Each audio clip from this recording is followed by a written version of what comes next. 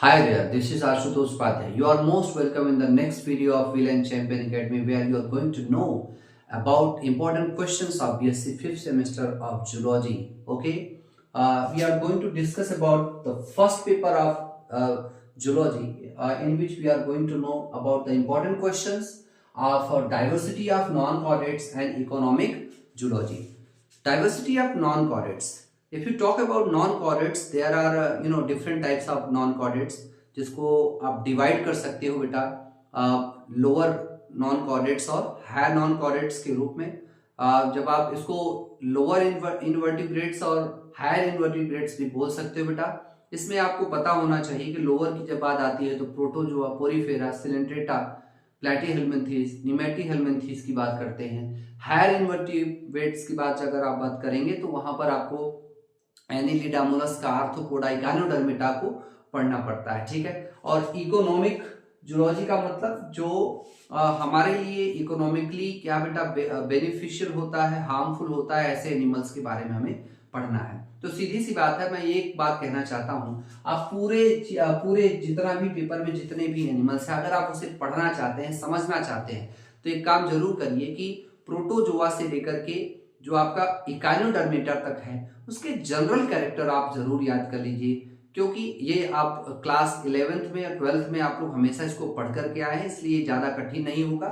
General character अच्छे से जरूर तैयार कर लीजिए। अगर वो तैयार है बेटा तो आपको थियरी लिखने में थोड़ी आसानी होगी, एनिमल को समझने में आसानी होगी, ठीक है।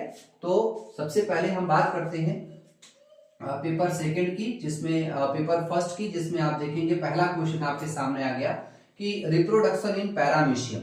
पैरामीशियम का रिप्रोडक्शन पूछता है, कंजुगेशन सेक्सुअल रिप्रोडक्शन का तरीका है, फ्यूजन ए सेक्सुअल रिप्रोडक्शन का तरीका है। अगर दोनों पूछता है तो ये आपका हो जाता है बेटा सेक्शन सी का क्वेश्चन। अगर वो एक पूछेगा तो वो सेक्शन बी का क्वेश्चन हो सकता है। फिर इसके बाद पोरीफेरा से आगे आपका कैनाल सिस्टम ऑफ साइकान, बहुत ज्यादा इंपॉर्टेंट है, क्योंकि अगर आप देखेंगे तो सर्कुलेटरी सिस्टम जैसा कि 3 प्रकार का होता है, blood vascular system, lymph vascular system and water vascular system.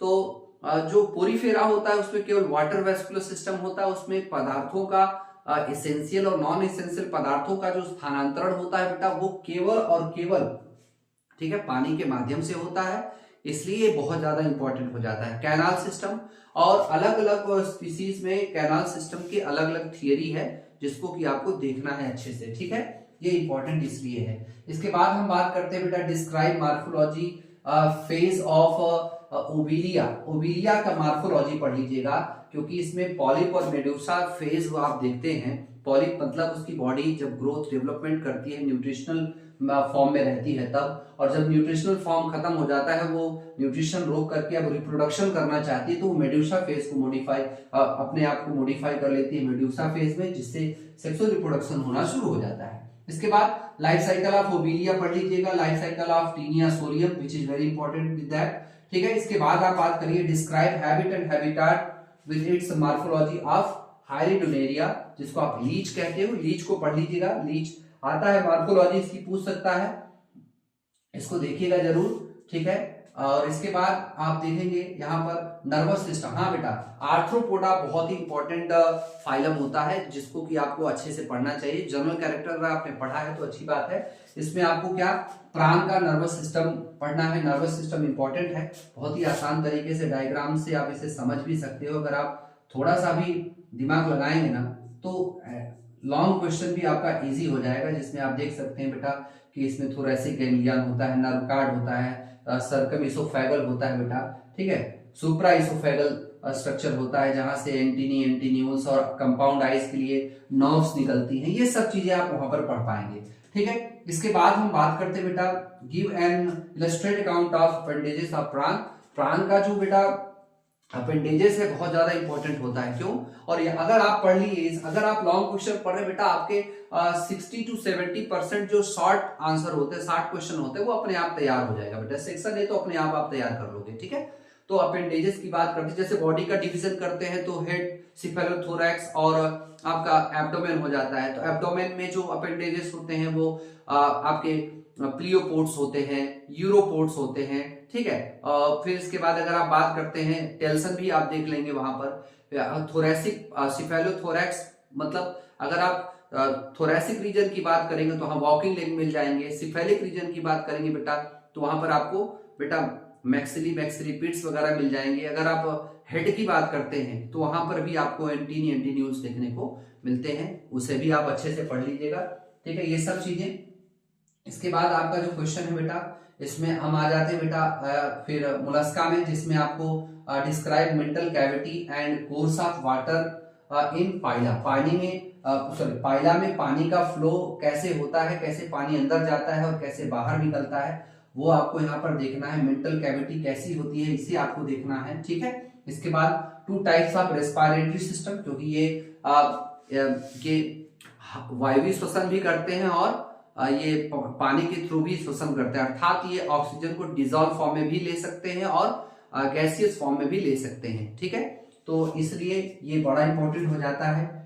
इसके बाद हम किसकी बात करते हैं बेटा, right an essay on sericulture in India. Sericulture जो सिल्क वॉर्म का है, इंपॉर्टेंट है, आप क्लास 12 में भी पढ़े हो उसको अच्छे से। Describe honey bee farming method. Honey bee farming method मतलब ये आर्टिफिशियल तरीके से जो हनी बी का फार्मिंग होता है, इसमें एक बात याद रखना कि जो हाइव होता है, जो आर्टिफिशियल छत्ता बनता है, आपके आसपास देखेंगे तो कहीं पर मधुमक्खी पालन होता है तो वहां पर आप देखिए तो छत्ता किस तरह से बनता है, थोड़ा उसको देख लीजिएगा, उसका डायग्राम अच्छे से समझ लीजिएगा, उसके कौन कौन से चेम्बर होते हैं वो समझ लीजिएगा, किसमें रानी मक्खी बैठती है, किसमें हनी इकट्ठा करते हैं। ठीक है ना, ये सब चीजें आप देख लीजिएगा।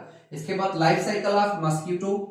मस्कीटो एक वेक्टर है, मैंने आपको बताया कि वेक्टर और पेस्ट पढ़ना है। ठीक है, वेक्टर कौन, अर्थात ऐसे इंसेक्ट या ऐसे एनिमल जो खुद तो रोग नहीं फैलाते लेकिन किसी रोग के वाहक होते हैं, किसी को लेकर के आते हैं और वो रोग फैलाना शुरू कर देता है। ऐसे मॉस्किटो से बेहतर और कोई वेक्टर आप लिखने वाले नहीं, क्योंकि भाई यही काटता है तो हमको टाइफाइड हो जाता है, मलेरिया हो जाता है, हम डेंगू के शिकार हो जाते हैं। तो वो सब चीजें बेटा ये मच्छरों के द्वारा होता है। तो एडीज, एनाफिलीज, क्यूलेक्स, ये तीन प्रजातियों के बारे में अच्छे से पढ़ लीजिएगा।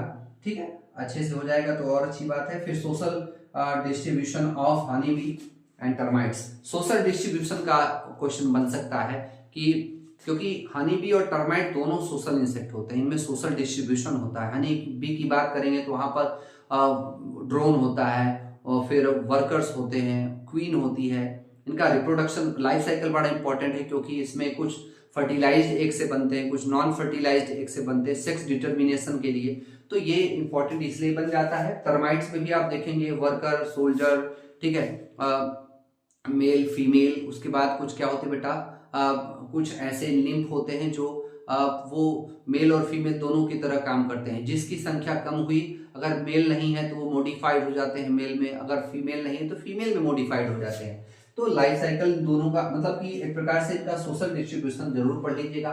ठीक है, और कोई भी फिर इसके बाद आप life cycle and control of gandhi bug का आपको क्या करना है बेटा, लाइफ साइकिल और कंट्रोल। भाई खेती सभी लोग करते हैं, आपको पता है कि फसलों में कीड़े वगैरह लगते हैं तो हम स्पेशली करते क्या है, तो जो करते हैं वही आप अगर लिख लिए तो भी अच्छी बात है। लाइफ साइकिल देख लीजिए। इनकी लाइफ साइकिल की बात करेंगे तो सीधी सी बात है कि अंडे देंगे, अंडे से निम्फ बनेगा, निम्फ का मेटामॉर्फोसिस होगा, फिर से वो एडल्ट बन जाते हैं। तो डायग्राम बहुत ही छोटे फॉर्म में होता है, आराम से देख लोगे बेटा। सेक्शन बी के क्वेश्चन है ये। Describe breeding and culturing of fish.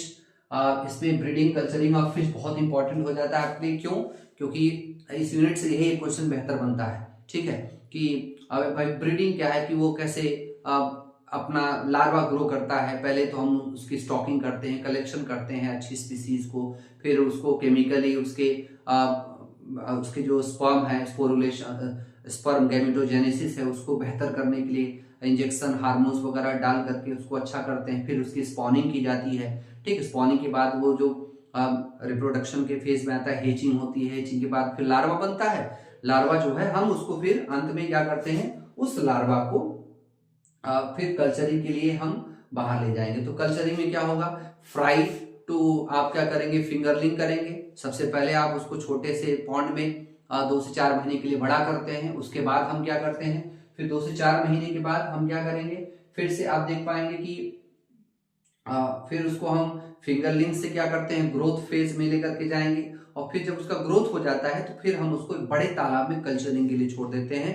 Culturing मोनोकल्चरिंग भी हो सकती है, आप एक इंडिविजुअल मछली को पालिए या तो सामूहिक रूप से पालिए, तो ये सब चीजें आपके हाथ में रहती है, इसको आप इसी तरह से पढ़िएगा। और फिर इसके बाद आता है बेटा वेरी वेरी इंपॉर्टेंट आपका ये ऐसे on vermi culture. Vermi culture, इसमें हम क्या करते हैं बेटा, जो अर्थवार्म होता है उसको पालते हैं, इसके बारे में आप सबको पता है, घर घर के गार्जियन भी आपको बता सकते हैं कि केचुआ जो होता है वो हमारे लिए बेटा बहुत इंपॉर्टेंट होता है। क्यों? क्योंकि ये मिट्टी को खा करके मिट्टी की उर्वरा शक्ति को, फर्टिलिटी कैरेक्टर को क्या करती है, बढ़ा देती है, क्वालिटी बढ़ा देती है। ठीक है, तो फिर उसी को हमने आज बायो फर्टिलाइजर के इस्तेमाल के लिए हमने यूज किया है। हम वर्मी कल्चर में हम क्या करते हैं, एक पिट बनाते हैं, उस पिट में हम क्या करते हैं, उसमें आप जो बायोमॉलिक्यूल्स होते हैं, जो हेज वगैरह होते हैं, जो वेस्ट ऑफ क्रॉप होती है, उनको हम मिलाते हैं।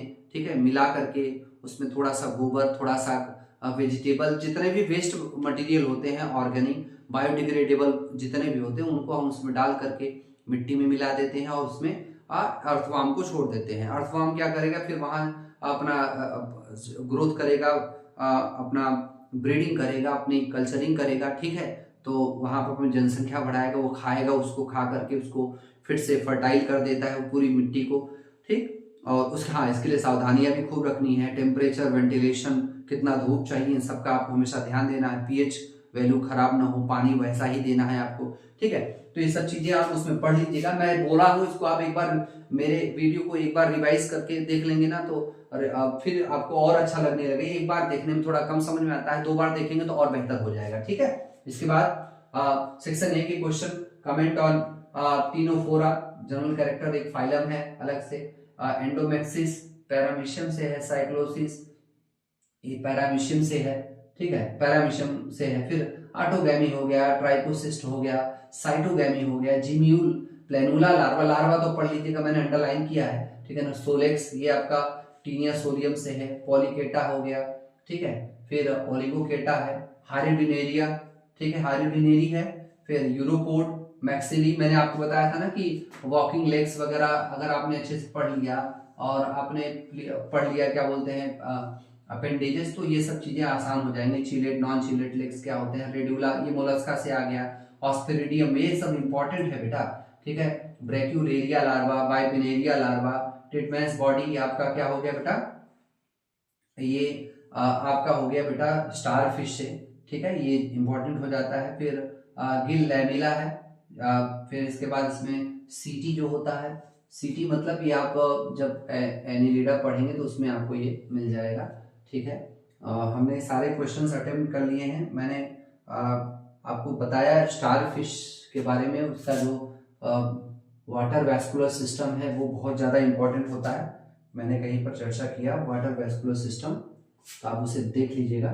Water vascular system of star fish बहुत ज़्यादा इंपॉर्टेंट है, क्योंकि अगर आपने वो समझ लिया तो याद रखिएगा कि डाइजेशन समझ में आ जाएगा, उसका लोकोमोशन, क्योंकि उसी से रिलेटेड है उसका लोकोमोशन, वो एग्जाम में पूछ लेता है। ठीक है, अगर आप इतना समझ पाए हैं तो समझिए, अगर आपने इतना पढ़ लिया तो आपके क्वेश्चंस एग्जाम में आसानी से फंस जाएंगे और आप अच्छे से अटेम्प्ट करके आएंगे, खुशी खुशी एग्जाम हॉल से बाहर आएंगे। इन्हीं सब शब्दों के साथ मैं अपनी वाणी को विराम दे रहा हूँ। थैंक यू, धन्यवाद।